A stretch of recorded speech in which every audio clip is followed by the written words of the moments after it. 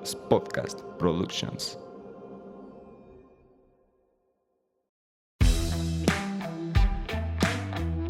Hola, ¿qué tal? Bienvenidos a un capítulo más de Vico Podcast, un espacio donde emprendedores y profesionistas de la construcción se juntan para compartir sus experiencias y conocimientos. Soy el arquitecto Octavio Bueno. Soy la arquitecta Eva Huerta. Bienvenidos. Antes de comenzar, no olvides seguirnos en nuestras redes sociales. Nos encuentras en Instagram como @vico_business_construction, en Facebook como Vico Business Construction, y si nos escuchas en Spotify, no olvides seguirnos para estar al pendiente de nuevos episodios. Y de paso, regálanos tu calificación. ¡Comenzamos! Bienvenidos a un capítulo más de Vico Podcast y hoy tenemos un súper invitado. Arquitecta, ¿cómo estás? Hola arquitecta, bien. Como siempre, en este lugar, en este espacio, siempre vienen muchas personalidades. Nos da gusto recibir al arquitecto Rogelio Vallejo Bores, para mí mejor conocido como Bores. El arquitecto egresado de la Universidad Vasco de Quiroga en el 2004 cuenta con una máster en Arte y Nuevas Tecnologías y otro máster en Arquitectura e Innovación. Se ha desempeñado como director creativo encargado de la conceptualización teórica del despacho de Garduño Arquitectos. Ha sido cofundador de Roof Arquitectos y actualmente es fundador y director general de HW Studios. Y Arquitectos. Arquitecto, ¿cómo estás? Muy bien, ¿y ustedes? Muchas gracias por la invitación. Estoy muy contento de estar aquí. Arqui, cuéntanos, ¿quién es el arquitecto Roger? Bueno, la pregunta es difícil y la respuesta es que la más sincera que te podría decir ahorita es que no lo sé. Y yo creo que cualquiera que se atreva a decir quién es uno mismo no ha entendido nada de lo que se trata este camino que le llamamos vida, ¿no? ¿Por qué crees que sea esto? ¿Por qué crees que no puedes definir el qué eres? Yo me considero budista, ¿no? Ok. Y los budistas creen que el lenguaje es una limitación para encontrar la verdad, ¿no? No hay palabras suficientes ni como para definir ese pedazo de cable. Si ahorita nos pusiéramos a describir ese pedazo de cable, nos quedaríamos cortos de lo que es el cable real. Entonces, imagínate si nos cuesta trabajo tratar de comunicar con el lenguaje lo que es un pedazo de cable, imagínate llevado a esta experiencia de vida de un ser humano, ¿no? Entonces es muy complicado, por lo tanto, creo que la mejor respuesta sería decir no sé quién sea. Es la primera vez que nos pasa esto, ¿no? Sí, Lo lamento. me acordé de mis clases de filosofía de la prepa. ¿Quién eres tú? No, pues yo soy... No, ese es tu nombre. Claro, claro. ¿Quién es? No, pues no, ese es tu... O sea, hasta que... No, pues no sé qué soy. Sí, finalmente creo que nunca sabemos. Aparte, yo creo personalmente que ni siquiera hay un yo del que se pueda hablar, ¿no? Porque yo les preguntaría, ¿ustedes son los mismos que hace una semana? No. ¿Que hace un día? Tal vez tampoco. Entonces, incluso el bioma que nos rodea, ¿no? El ambiente, lo que comemos, lo que desayunamos, cambia al personaje que ya fue. Entonces no podemos capturar a un yo. Digo, es medio filosófico y no voy a entrar tanto ahí, pero no podemos agarrarlo. Siempre hay un yo cambiante y por lo tanto es una ilusión este personaje que creemos tener dentro. Esto está súper interesante porque me imagino que este concepto que tienes de no saber, pero si hay un trasfondo que lo respalda, lo reflejas en tu arquitectura. Hay tres cosas que influyen en nuestra arquitectura, en nuestra manera de hacer arquitectura. Una es nuestros clientes, ¿no? Cuando llega el cliente, a través de neuropsicología, Ajá. tratamos de averiguar quién es ese personaje que viene a vernos. Luego hay otra cosa que influye en un proyecto, que es el lugar. El lugar puede influir positivo o negativamente sobre el proyecto. Es decir, no es lo mismo construir o diseñar junto a la Torre Eiffel que construir en un barrio cualquiera, ¿no? O sea, no es lo mismo. Y la tercera cosa es nosotros mismos. Son como las tres cosas que influyen en que emerja la pieza de arquitectura. Entonces, ¿cómo accedemos a nosotros mismos? A través de una técnica de meditación que se llama Vipassana y que significa ver las cosas como son. Y uno cierra los ojos y se pone a ver lo que ocurre en nuestra mente, lo que ocurre en nuestras emociones Y entonces entendemos que de la mezcla de estas tres cosas, una Ujú. pieza empieza a aparecer. Es más o menos un poco nuestro proceso. Hablando de arquitectura, Sí. entonces voy a entenderlo. ¿Llevas la meditación a la arquitectura o la arquitectura a la meditación? Bueno, buena pregunta. Primero apareció y de manera casi fortuita la arquitectura en mi vida. Yo iba para médico, ¿no? Mi papá es doctor. Mi papá tiene un hospital. Y toda la vida yo recuerdo que había querido ser doctor. Ajá. Y yo en ese entonces era muy, muy religioso y recuerdo que le pregunté a Dios si ese era el camino que yo debía tomar y entonces empezaron a aparecer muchas trabas normales, pero que en ese tiempo yo interpreté como señales y dije, ok, es probable que esto no sea para mí, este no sea mi camino. Te voy a pedir que me envíes 3 señales claras y entonces las envió, o eso yo interpreté. Y le comenté a mi papá, oye, creo que no es la carrera la que debo de seguir. Me dijo, a ver, acompáñame a un parto, cosa que no recomiendo. Me desmayé. Cero estrellitas. Sobre todo si no es tu esposa y no tienes vínculos emocionales, Claro. pues lo que vas a ver es, no todo el mundo está preparado para ver salir nada de ahí, ¿no? Sobre todo una cabecita y no, bueno. Y bueno, me preguntó en ese entonces, a ver, ¿qué quieres ser? Yo quería ser cirujano plástico porque hay un médico que admiro mucho que arreglaba labios leporinos. Mm. Entonces él ganaba muy bien y ese dinero que ganaba lo utilizaba para poder mejorar la vida de gente que no podía. Y entonces yo vi la historia de vida de este cuate y dije, me interesa, qué bonito. Iba de cirujano plástico y me puso a hacer una raya sobre una hoja de papel sin recargar el codo y pues toda chueca, toda así con el pulso terrible. Entonces me dijo, pues mira, traes ese reto, no te fue bien en la visita al parto considera que a lo mejor si no es lo que debes de estudiar. Y así de la manera más tonta dije, bueno, pues arquitectura, tengo el recuerdo de haber visto una maqueta de la casa de mi abuelo y me sorprendía cómo entraba la luz por esa maqueta, por una ventanita en particular. Entonces yo de niño dije, mira qué padre sería hacer estas casitas miniatura. Y así dije, pues arquitectura con esa facilidad y estupidez que solemos tener a los 18, ¿no? 17 casi, ¿no? 17. Ok, y volviendo a la pregunta, Sí, llega primero la arquitectura tuya. sí. ¿En qué proceso se incluye después de la arquitectura la meditación? Ya son temas bien amorosos, pero yo terminé con una chica que quería mucho. Entonces, por ahí dicen que la gente, que las cosas que más te lastiman son tus más grandes maestros, ¿no? Entonces yo me sentía muy triste por esa ruptura y dividí mi cuerpo en 3 secciones, que es el físico, el mental y el espiritual. Entonces dije, bueno, o es arreglar este asunto o es irme a emborrachar como todo mundo, ligotear y pues tratar de superarlo de esa manera. Mi proceso fue diferente, entonces en el físico me puse a hacer ejercicio, trato de hacer ejercicio todos los días. En el mental trabajo, ¿no? Me pongo a leer de arquitectura, me pongo a dibujar. Y en el espiritual me puse a meditar. Busqué varias técnicas de meditación hasta que di con Vipassana y básicamente se fueron entrelazando las 3 cosas, ¿no? Mi estado físico, mi estado mental y mi estado espiritual. Ya con la arquitectura Ajá. en tu vida, ¿no? Sí, sí. O sea, la arquitectura desde que yo salí no había dejado de estar presente. Entonces, cuando tengo este rompimiento, lo que ocurre es que mejoro o trato de profundizar en estos 3 aspectos y la arquitectura es una consecuencia de nosotros mismos como creadores. Entonces, si tú estás bien físicamente, si tú estás bien mentalmente y espiritualmente, la arquitectura o cualquier cosa que hagas lo manifiesta. Se ve impregnado pues de esto.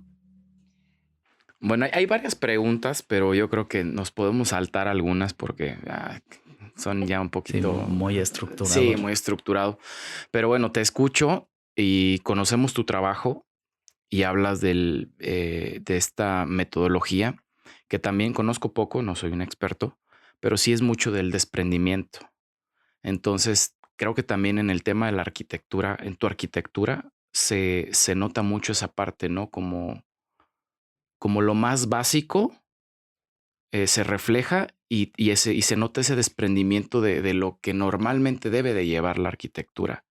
No sé si lo entiendo de esa manera por lo que he visto, por las formas que manejas, por lo que conocemos de tu trabajo, pero habla mucho también de este tipo de arquitectura, cómo se gesta. Hablabas antes de entrar al aire que son varias personas. ¿Cómo es esta unión de todos para que puedan llevar como este resultado y que tengan ese sello de su marca o de su despacho, taller, estudio? La pregunta se divide como en dos partes, ¿no? Ujú, Primero, ¿cómo es que se genera esta arquitectura tan sobria, tan ujú, elementalista, le llamo yo? Y tiene que ver con desprender a la arquitectura del exceso decorativo innecesario. Tenemos una sangre muy barroca en Morelia, ¿no? Ya históricamente somos muy decorados en todo. Tratamos de llenar el vacío con cosas todo el tiempo. Cuadros, sillas, rayitas. Barroco. Sí, somos muy barrocos. Entonces, pero choca esta circunstancia con con esta otra que es que somos un estado pobre. Entonces, a la hora que a mucha gente, clientes míos, de repente les gusta esta arquitectura más barroca y bueno, quiero vigas y quiero pisos de barro y quiero... es- Colores. que es muy artesanal y por lo tanto ya bastante cara. Entonces, a la hora que ven presupuestos de esta arquitectura ya artesanal, se escapa de sus manos y entonces tenemos que irnos a lo elemental de esa arquitectura. Hay dos cosas. Invariablemente la buena arquitectura, desde Palladio hasta Le Corbusier que ustedes pueden ver. El buen arquitecto logra controlar bien la luz y el espacio. Ni siquiera son cosas tangibles, están en el aire. Entonces, en la manera en que tú puedas controlar bien el espacio y la luz, tu arquitectura va a provocar lo siguiente, que cuando alguien entre a ese espacio, se sienta muy presente. Y a la hora que esta persona se siente presente, su ego, el yo, la cabecita, la monkey mind, le ujú, llaman los ujú. budistas, esta voz incesante que nos habla todo el tiempo, guarda silencio. Entonces te quedas ahí contemplando tu yo verdadero, no este ego que nos habla constantemente, y vives la experiencia de estar un minuto presente. Y eso se logra a través de esos dos elementos. Entonces, en la medida en que nosotros podamos manipular o controlar o limitar bien el espacio y la luz, la arquitectura va a tener la potencia necesaria sin que haya estos elementos decorativos que suelen apuntar a otros presupuestos y a otros momentos históricos, ¿no? ¿Quieres decir que tu arquitectura hace que los dos hemisferios se conecten para estar en el aquí y en el ahora? No sé si se conectan los dos hemisferios, desconozco qué es lo que pasa en el cerebro de alguien cuando Cuando está entras presente. en ese acto de presencia, quiere decir que tus dos hemisferios, tanto el izquierdo como el derecho, están en una sola postura y puedes estar en el aquí y en el ahora. Los budistas hablan mucho de este tema y ahora en la cuestión occidental lo pasan al mindfulness. Sí, Entonces es como, si tú logras con tu arquitectura que estén presentes, quiere decir que los dos hemisferios están en uno. fisiológicamente Ajá. tal vez sea el proceso que ocurre a la hora de que estás presente, no solo en arquitectura. Luego los arquitectos le damos más importancia a la arquitectura de lo que tiene. La definición que más me gusta de arquitectura es que es el soundtrack de la vida. O sea, está allá atrás, Ujú. a poca banda le importa, en realidad nos importará a los nerds de la arquitectura, a los frikis que nos encanta hablar de esto, pero en realidad está allá atrás, ¿no? Eso no quiere decir que no te afecte emocionalmente, psicológicamente y tal, pero la gente no pela tanto el tema, ¿no? Entonces, esta capacidad que tienen algunas cosas de traernos en el presente es donde está nuestra búsqueda, ¿no? Hay un síndrome de Stendhal. ¿Ustedes han escuchado de esto? Yo no.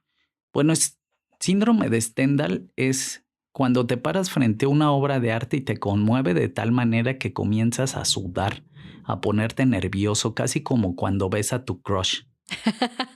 Ok. ¿No? Entonces te genera esta conmoción, una pieza artística que un médico llamado Stendhal lo denominó el síndrome de Stendhal. Entonces, cuando sufres estas cosas, lo que ocasiona es que estés presente, ¿no? Como quizá en un asalto. Tú en un asalto reaccionas y de repente ya estás asaltado y vuelves a aparecer. Tu ego vuelve a aparecer, pero en ese momento operaste, más o menos.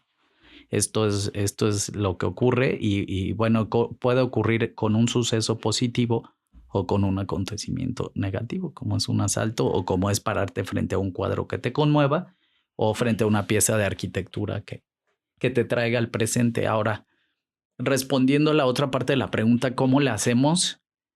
Yo te decía antes de comenzar que cada quien lleva su parte. Mi rol tiene mucho que ver con la venta y al aproximarme al cliente, conceptualizar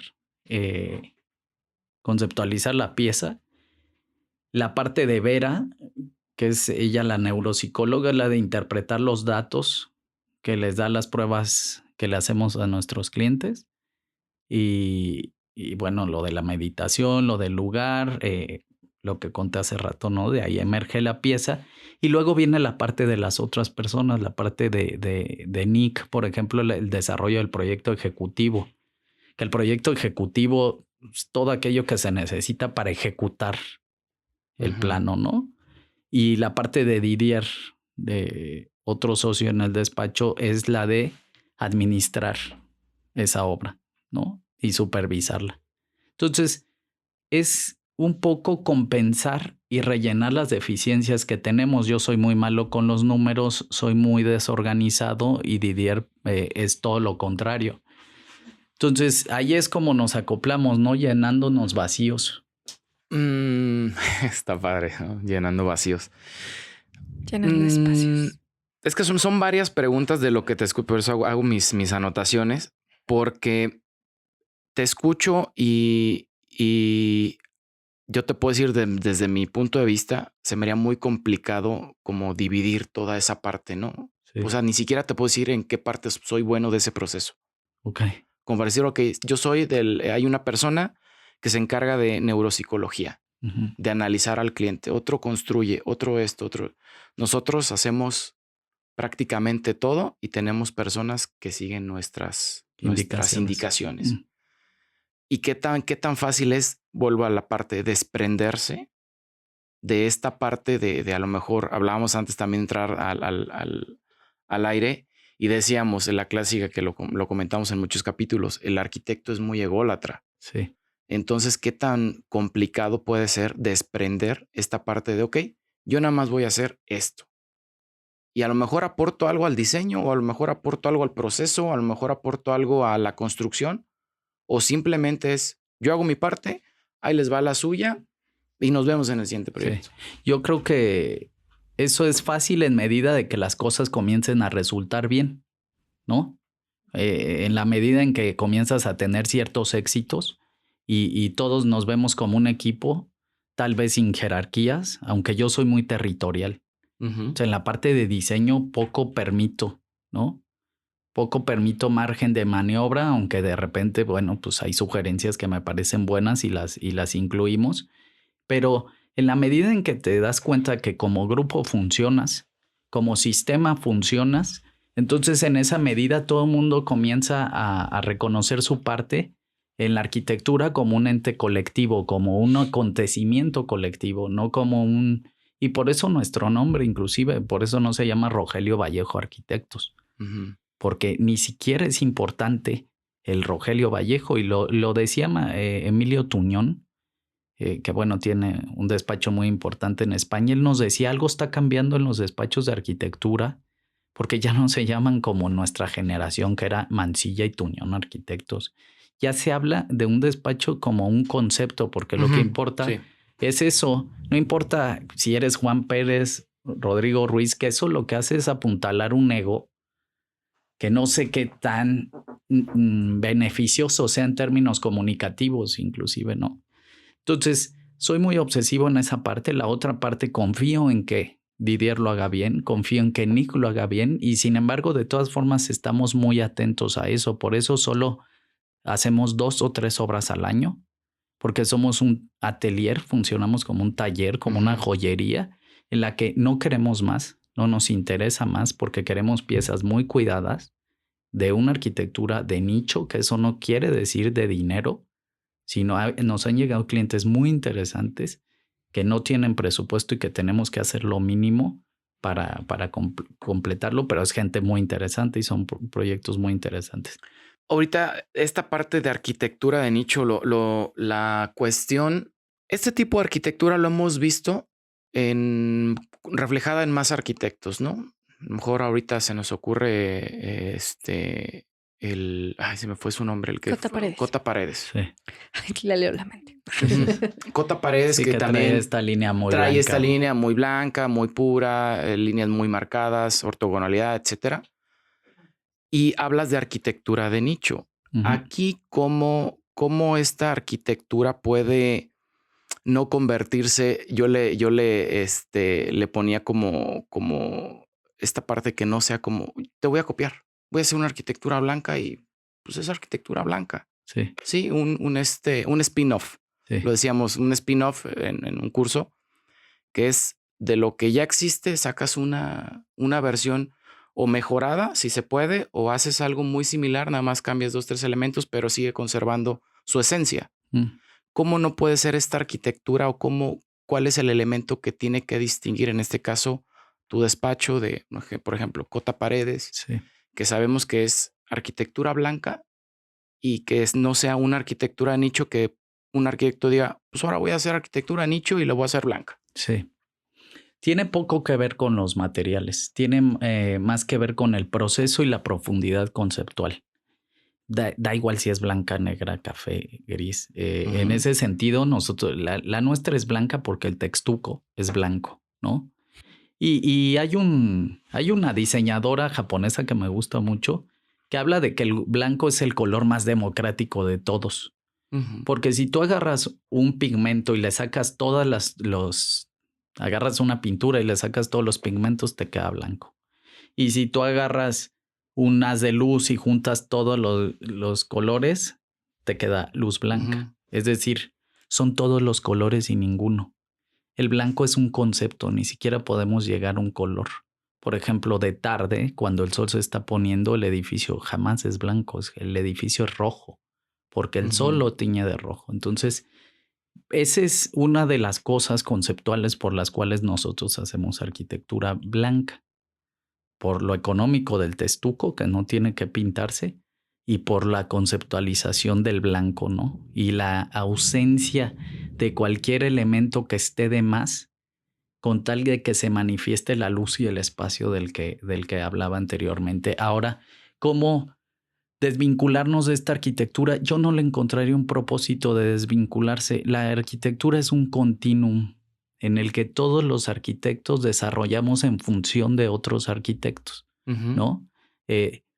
Yo provengo de la escuela de Oporto, tengo mucha cercanía con Carlos Nuno de Oliveira.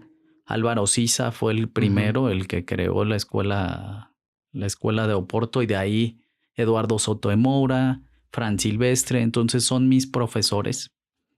Y como son mis profesores, yo no puedo desligarme de ninguna manera de esto. Lo podrá hacer Cota Paredes, mejor o peor, no lo sé. Aquí la pregunta sería, ¿el blanco es un capricho o una consecuencia?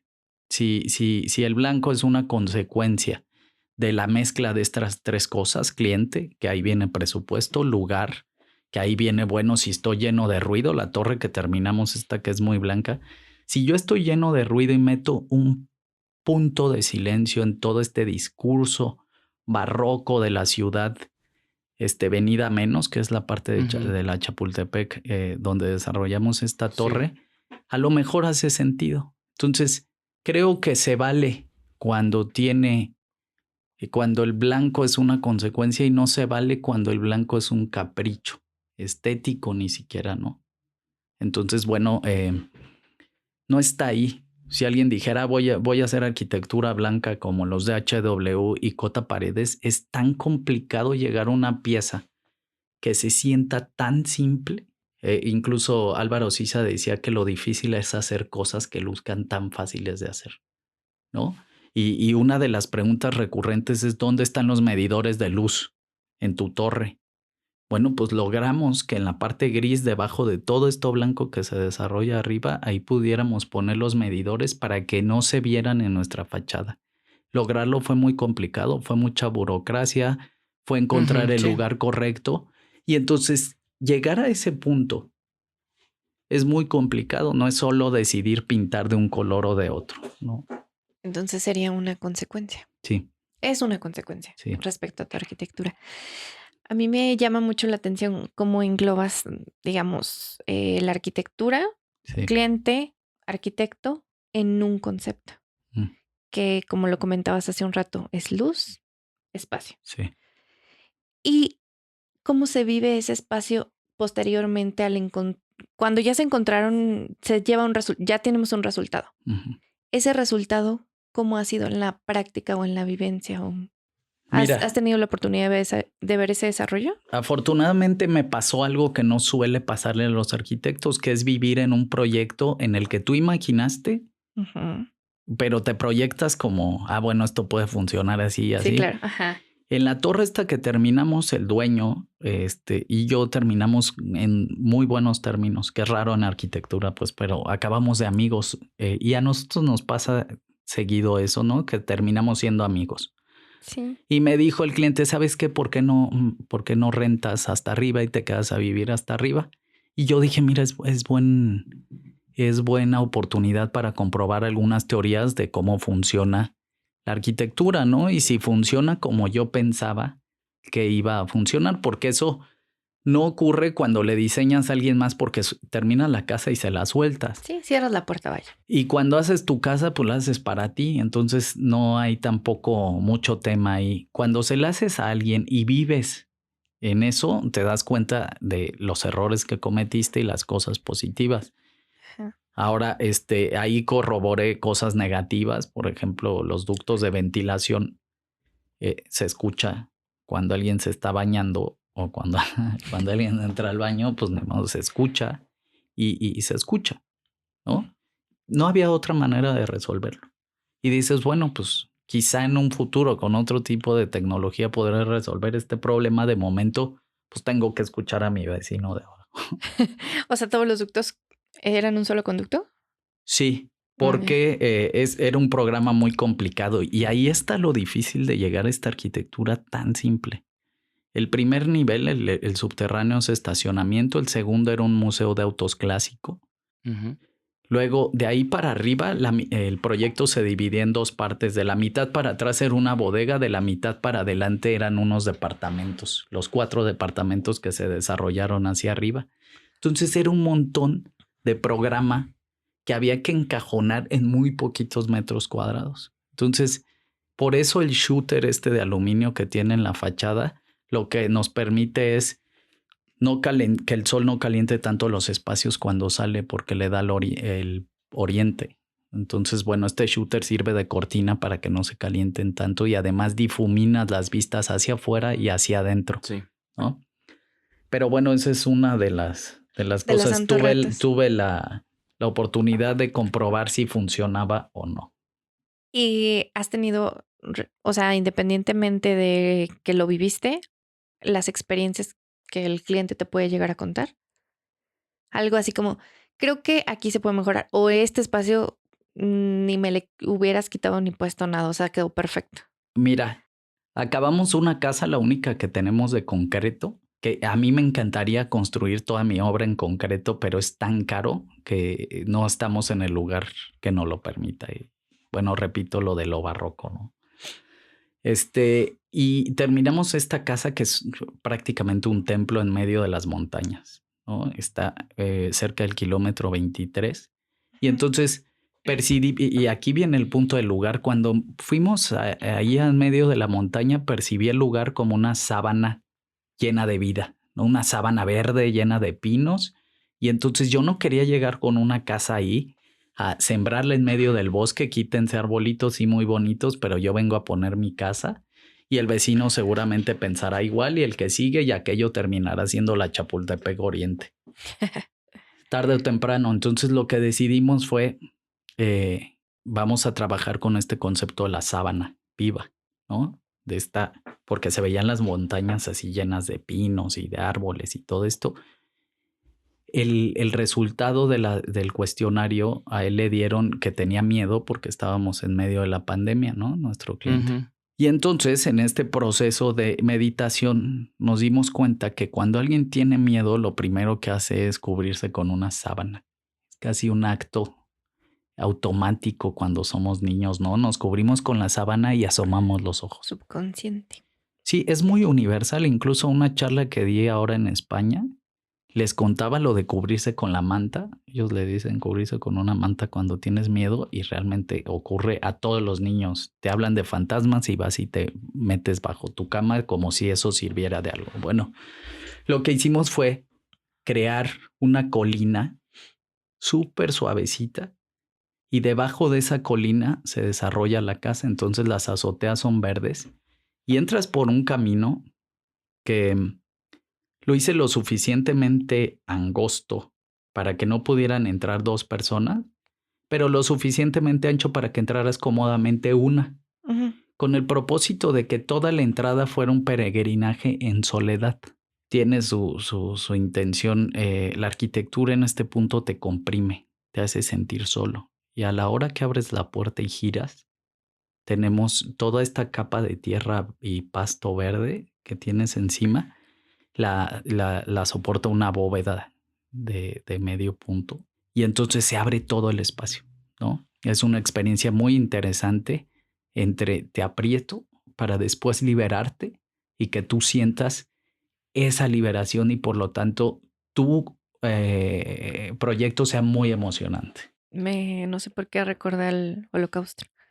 Sí, hay un proyecto del Holocausto judío de Libeskind, justo el Ajá, de la estrella en rota, Berlín. ¿no? Sí, en Berlín. Que oye estos pasajes y llegas a un espacio, pero es tan incómodo porque o sea, sí es el espacio deben de ser 70, 60 centímetros, entonces es muy comprimido. Bueno, tú te refieres al camino que te lleva a la muerte, ¿no? Porque hay 3 caminos.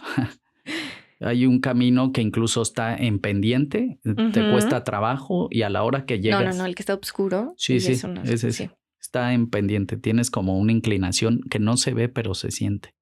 Y a la hora que abres la puerta se ve esta torre muy alta y oscura donde solo hay un agujerito en la De final. luz.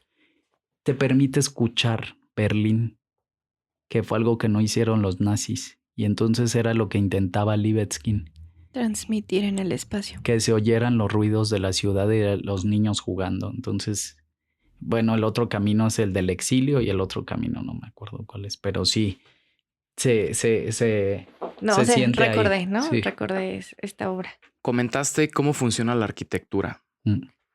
y también comentas que te tocó vivir tu propia arquitectura. Sí.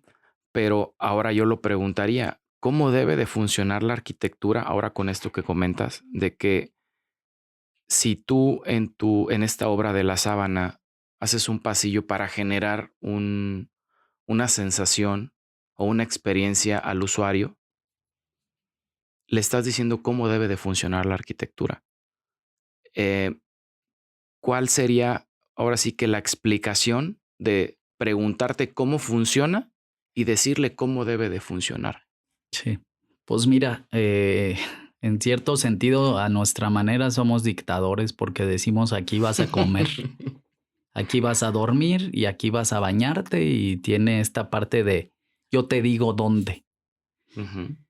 Sin embargo, entregar una casa es como soltar una bola en un juego de béisbol, ¿no? Tú lanzas la bola y salió de tus manos y lo que ocurra de ahí para adelante no es tema tuyo, ni debería de ser tema tuyo. De repente estropean tu proyecto, pero bueno, pues es parte de la propia vida de la pieza.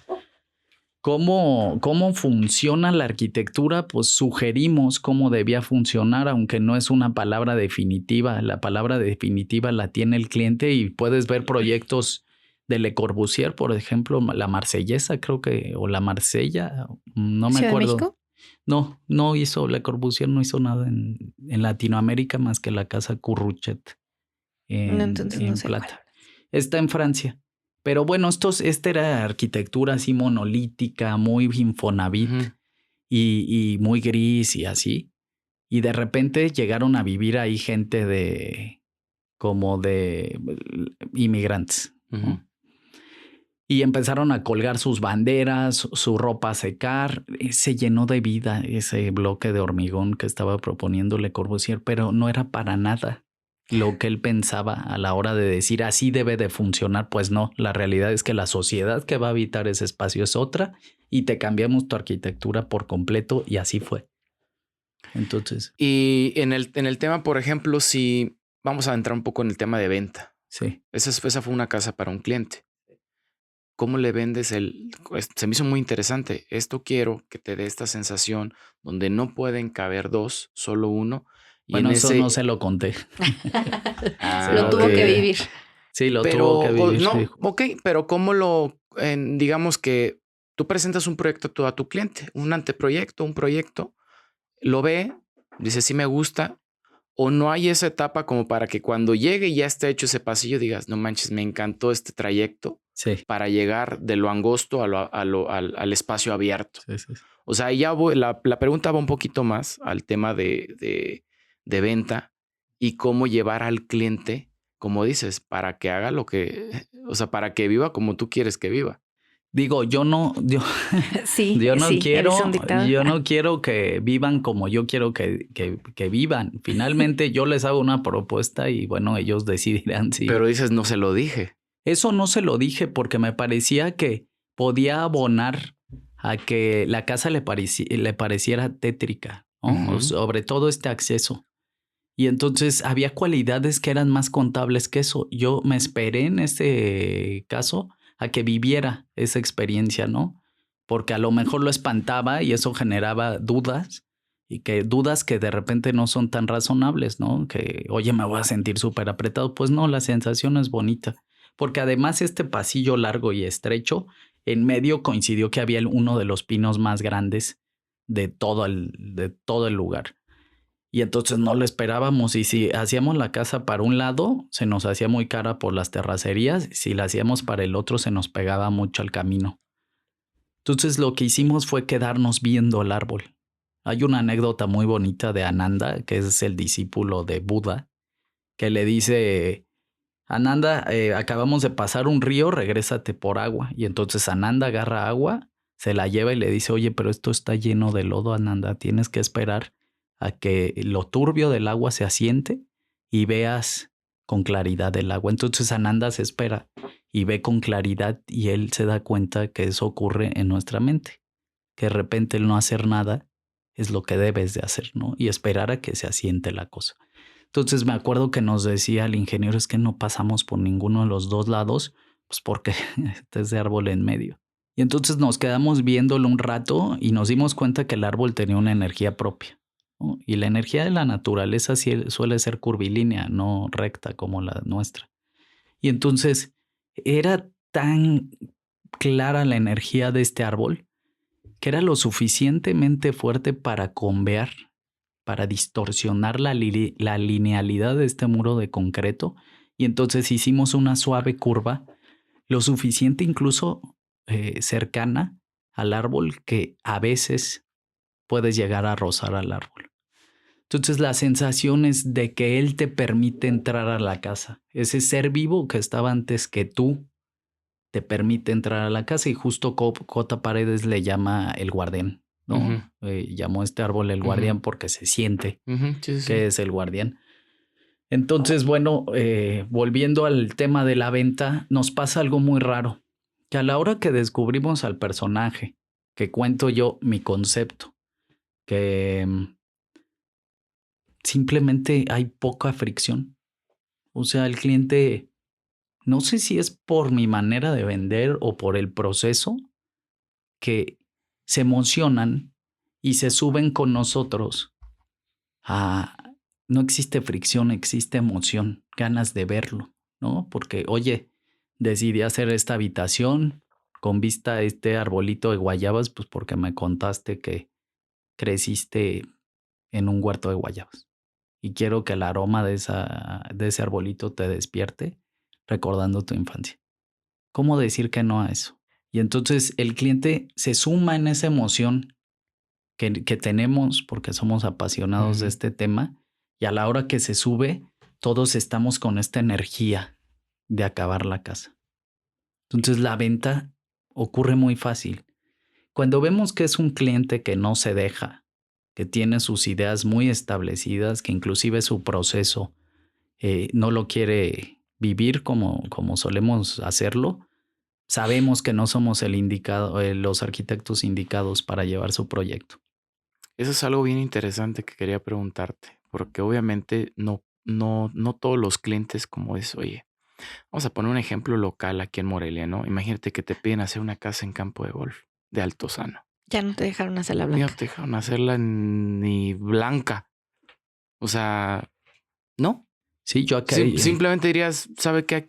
Aquí no quepo. No, yo creo que ahí estaría el reto. Por ejemplo, creen que nuestra arquitectura es muy blanca, pero tenemos un proyecto, por ejemplo, en Santa Fe, una oficina de inversión, Best Capital and Partners, y ellos sacaban petróleo y sacaban oro. Tenían minas de petróleo y oro.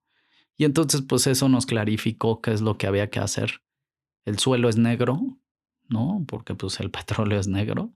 Y en las oficinas, la cualidad más importante es la ventilación natural y la luz. Entonces teníamos que permitir que la luz llegara desde nuestra única fuente hasta el último rincón de este espacio. Entonces creamos un encaje de madera, de tonos dorados la madera, es decir, unos volúmenes que estaban formados por palos de madera simplemente. Y bueno, esa arquitectura pues no debía ser blanca y no era blanca. Y así, en realidad, si Altozano pide ciertos acabados, pues buscaremos hacer lo mejor que podamos. O sea, no están cerrados, por ejemplo, a decir, no, tu cliente no vas con mi ideología, mi arquitectura que a mí me gusta proyectar. Es que no tiene que ver con el gusto, ¿eh? El gusto es lo menos importante en arquitectura y en arte. Por ejemplo, Juan Gris es un pintor cubista.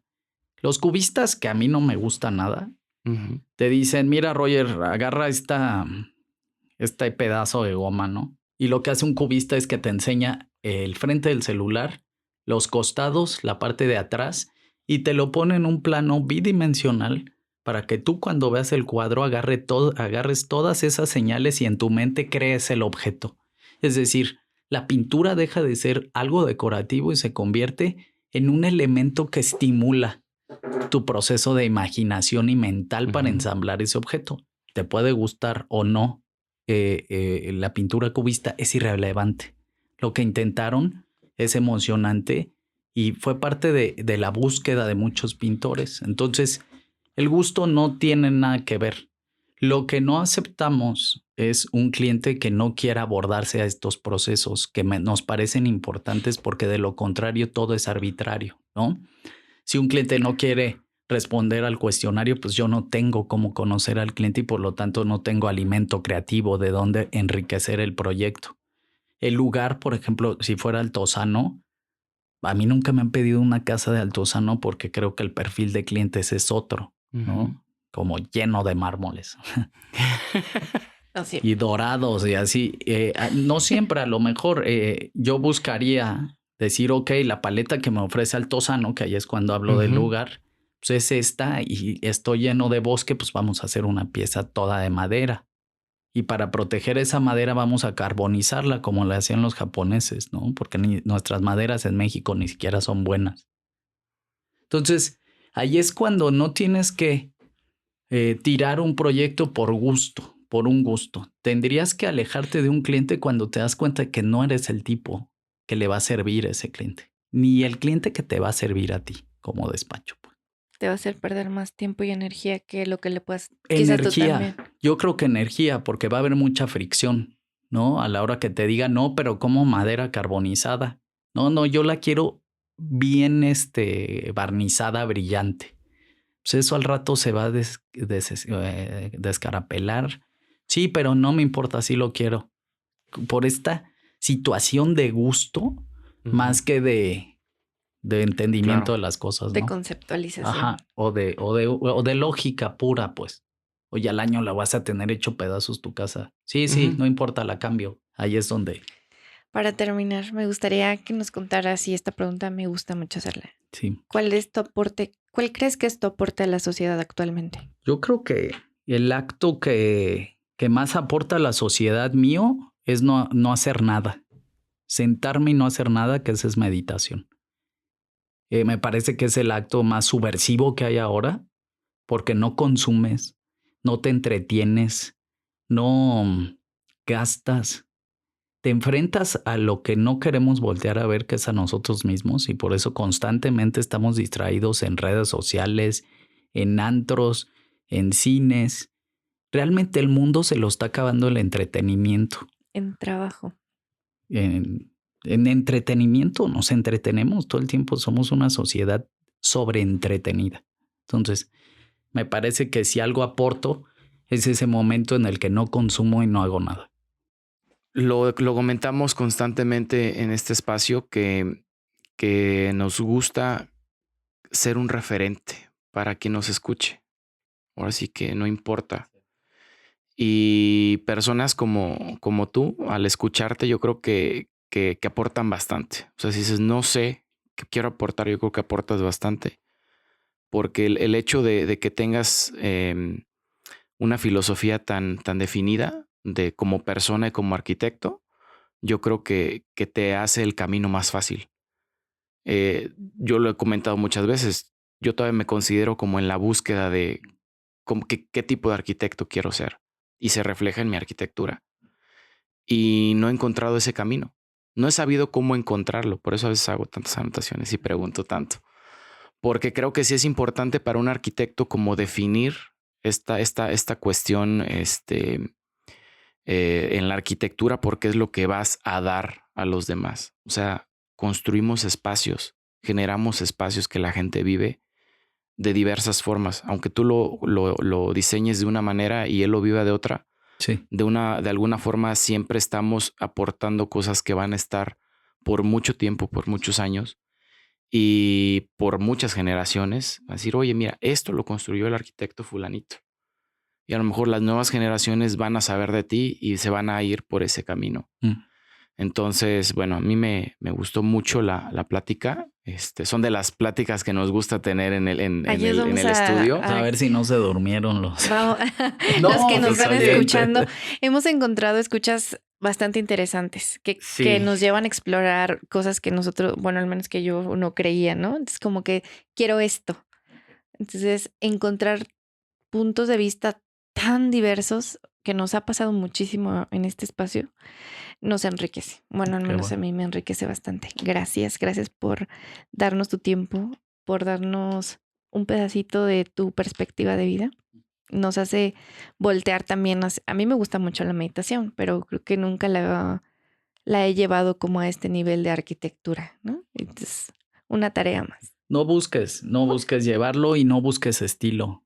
¿Te serviría un estilo? Eso sería una camisa de fuerza para ti. No te la impongas. Sigue en la búsqueda, de eso se trata. No hemos llegado a ningún lugar nadie. Entonces sigue caminando. Y sí se lo decía, no escuchen ni aplausos ni pedradas. Continúen caminando por donde van y ya está. No es tan importante lo que hacemos. Adiós. Bueno, ¿cómo te podemos encontrar? O no sé si quieras que te encuentre. Ya bien aisladote, ¿no? No sé si manejas tus redes. Bueno, conocemos tu trabajo también por redes, pero no sé si sea una parte que O sea, el clásico, no, pues no sé cómo. Le meto mucha energía a redes, de hecho, porque me interesa comunicar nuestra manera Claro. de proceder. Por si a alguien le sirve, nuestro Instagram es HW Studio Arc y ahí pueden encontrarnos. Suelo estar muy vinculado a la gente que nos sigue porque preguntan un montón de cosas y a mí me da mucho gusto contestar.